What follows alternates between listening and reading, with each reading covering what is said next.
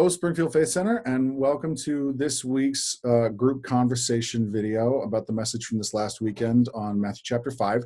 So I'm going to go around and have everybody introduce themselves, kind of what your name is and the role that you play at the church. So, Steve, why don't you go first? Okay, I am Steve Erickson. I am the interim pastor. I'm the dad. The adult in the room? Not necessarily. But why did you shake your head, Bev? Because we know better. All right, Paul, why don't you go next?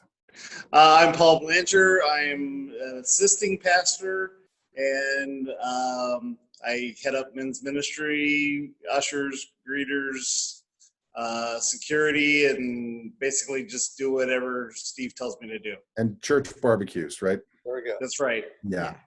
All right, Bev, go ahead. I am right now doing women's ministry. I'm heading up that team, and I tend to mingle in amongst with kids ministry and worship ministry, different things. But my main role right now is women's ministry. So. Cool. Very good. I didn't realize when I invited you all for this week that I was going to end up with the head of men's ministry, the head of women's ministry, and then kind of the head of everybody ministry at the church. That was not planned, but I feel like it's thematically appropriate. So anyway, all right. So as we usually do with these videos, let's go ahead and take a minute to think back on the message from the weekend. And if you guys can, I want you to draw out what for you was the sort of resounding takeaway, like what God was speaking to you and what you carried out. So Steve, do you mind if we start with you? No, that's fine. There were a couple of takeaways for me. I think the major takeaway personally for me is when you were talking about coming to the table and stop being yourself.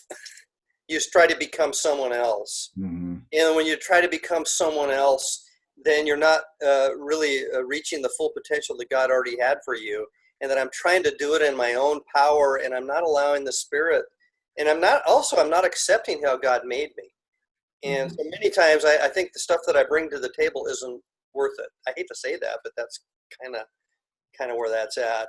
And so I don't know how the rest of you guys deal with that, but, and then the other thing was the salt. You got to remember, I was a taxidermist. And so we used tons of salt. We'd go through 15 tons of salt a year. Okay. So salt does melt, but here's the interesting thing. You can use it twice, but you can't use it 3 times because the impurities that it gets into it. So it draws out impurities. And so I find in my own life, in the fact of unless I'm re-cleaning that part of my life, those impurities will take over, and I will lose my saltiness. Yeah, and there's definitely an element to that conversation about impurities and things that we didn't get into on Sunday morning, but is still very much a part of that metaphor. Yeah. So I like that. Sorry, my wife is calling me at the same time. Not the best time to have my phone go off, but whatever. It's yeah, there it is. So, thinking back to what you said about the being yourself thing, and for me, obviously, a really personal one was talking about Dad and just remembering like how authentically himself he always was, even if the rest of us didn't always get it. And, just that imagery. My wife was the first one who used the phrase that he always brought his treasure to the table. Mm-hmm. And just that kind of perspective on him. So, Paul, why don't we go with you next? What was the big takeaway for you? Well, for me, when you were talking about the salt, one of the things that I was thinking about when you were speaking about that was the old saying, "Oh, that person just ain't worth their salt." And that it was actually used as currency, and and we don't even look at that terminology today. Salt is not worth much of anything, but right. Just how the world goes about valuing a person. We're really quick to even use old analogies to kind of denigrate a person, but in reality, every person is priceless. Yeah, absolutely. And that's one of the things about those metaphors is that in the modern context, we don't have as immediate a correlation to their value. that they would have had in the ancient context. The idea that salt and light were incredibly precious, and that Jesus was very specifically making a statement of value about his audience. We think of them more in utilitarian terms, like those things are useful and nice, but not necessarily treasures. So, yeah, my mom reminded me that there's a phrase in Middle Eastern cultures where people will talk, and when they're talking about they have a long history of relationship, they'll say there's salt between us, like this shared history of value. Apparently, I don't know if you guys remember Shah Afshar, who's come to the church a couple of times. He works in the Foursquare Missions Department. He was a friend of Dad's. But Shah used that phrase when he was teaching at the church one time, and she asked him about it afterward. So anyway, just again, an interesting and kind of drawn out of that Middle Eastern history. So Bev, go ahead. What was sort of your takeaway? Well, I was also drawn to the whole salt and light analogies because having heard those many, many times, I felt like I got a new perspective on them. And one of them was the whole idea of value, how really, really valuable and treasured they are, and how then we are treasured and valued by God. But what some of the comments I loved were its usefulness as long as it's used for its intended purpose. And all it has to do is show up, and it's useful. Light just has to be there as light, and salt just has to be salt, and it's useful. Therefore, if we just show up with the way God intended us to be, we are therefore useful. We don't have to strive for usefulness. It doesn't start out with being, you need to be useful, and then God is happy with you.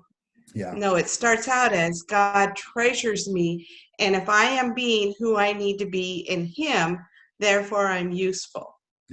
And the other interesting thing that was for me is that what I am, I don't know if you call it used for in life right now, is different than it was even 20 years ago or 30 years ago. It changes, and it's not child-centric like it was then, but I'm still the same me. He still created the same me, and I'm the same treasure. I just get to be used in different ways now. That's a great perspective. I hadn't thought about that, but I really like that over the passage of time, that his calling on us and his design for us is going to change in accordance with, what's going on in life. I like that a lot. So, yeah. Cool. All right. So for you guys, in some of those thoughts, what has God been, talking to you about as far as what's kind of the path that he wants to walk you on in the direction of making those things part of who you are? We've talked about the value, the imagery of value there. We've talked about the imagery of, your treasure and kind of bringing it to the table and the sense of your identity and who God made you to be. What are some of the ways that God's been talking to you about how he wants to walk you toward those things for yourself? Steve, can I go back to you? Is that fair? Yeah, I guess it is. The reality of it is the only way that can happen within me is a connection point with God. The only way that I can function in that, as soon as I get my eyes off of what he has said about me, what I know is true, not what I feel that day that I've failed or whatever else, until I can grasp that, that's the only way I can walk that out. The other way I walk it out is, I think, and it's hugely important for me, I try to bring it out in other people. I try to remind them of who they are. I spend most of my time reminding people, no, that's not who you are. You can't take a snapshot of an individual in a bad moment and say that's who that individual is. And so it's hugely important that I get to pass that on. And something happens within me because I can't be a hypocrite in it, saying, God, you're amazing. And in the back of my mind thinking, well, I suck, So that is for me, it's this connection point with God that there has to be a flow through the fact of, yes, that's who I am. Sometimes I don't feel it, but I have to grab a hold of it. And the constantly going back and having that conversation with God and saying, all right, God, what is it that you say about me? And that question, what is it that's true about me? And then turning that around and, like you said, sharing it with the people around you. What does God say about you? And that dual role with both of those questions. Who am I? What does God say about me? And what does God say about the people around me? And constantly returning to those questions. Absolutely. I like that a lot. I like that a lot. Paul, what about you? What's kind of like the direction of the flow that God has been pointing out to you through this? Well, one of the things that your dad and I talked about, especially when we were going through the pure love material, was that our chief role on this earth is to be an agreeer with God. That's what was Jesus's role, and he handed that role over to us. And so the more that we are an agreeer with God, that it's not just a matter of fulfilling the missions that that he's created for us to do, but it's also agreeing with him about what he says about us. Yeah. And I really think in order for us to have something to offer the world, if we are just focusing our attention on trying to build other people up, and we haven't taken that in internally, we're just once more in a performance-driven mindset. Mm-hmm. And so I think it's really, really important for us to, if we are salt of the earth, realizing that I am salt of the earth, and accepting that, and it's exploring what that means. Yeah.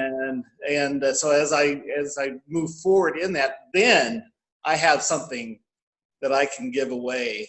And if I've realized it in myself, then other people can really latch on to that.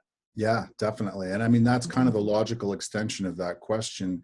Okay, God, who do you say that I am? And now from that, okay, God, what's the treasure what's the salt? What's the light? What am I bringing to the table? It reminds me of the men's retreat you did a couple of years ago, talking about the hidden gold and recognizing the value in there, and then recognizing the value in people around you and really working to draw that out. Yeah. I like what's the treasure. So, all right, Bev, what about you? What's kind of the direction that God's been pointing out? Sunday, I was hearing also a lot of that you need to stay connected with me in order to constantly be hearing this. Yeah. And revisiting those concepts constantly. And another big one for me right now in this time has been the word surrender. I just hear that over and over. Abandon what I'm holding on to, surrender. And in that, it's been, instead of terrifying, it's been very freeing. And I also see that in what he's showing me, in knowing who I am, is like Steve said, helping point out to other people their value. Yeah. That's been a big one for me this year, is learning how to lead people to see their value just as they are. Yeah. And we're in a season right now where it's a lot about setting down our expectations and surrendering and saying, all right, God, I don't get it, but I know you're at work in this moment, and I'm trying to agree, fulfilling that part of my role. And I love the thought about continually staying reconnected, because as you were saying earlier, that's going to change over time, like what he's speaking to me. And so continually staying in that space of, all right, God, what are you saying now? What's the direction now? What's the goal? What's the calling? So good stuff. Any final thoughts? I think we're just about out of time. I really like what we've said, guys. Cool.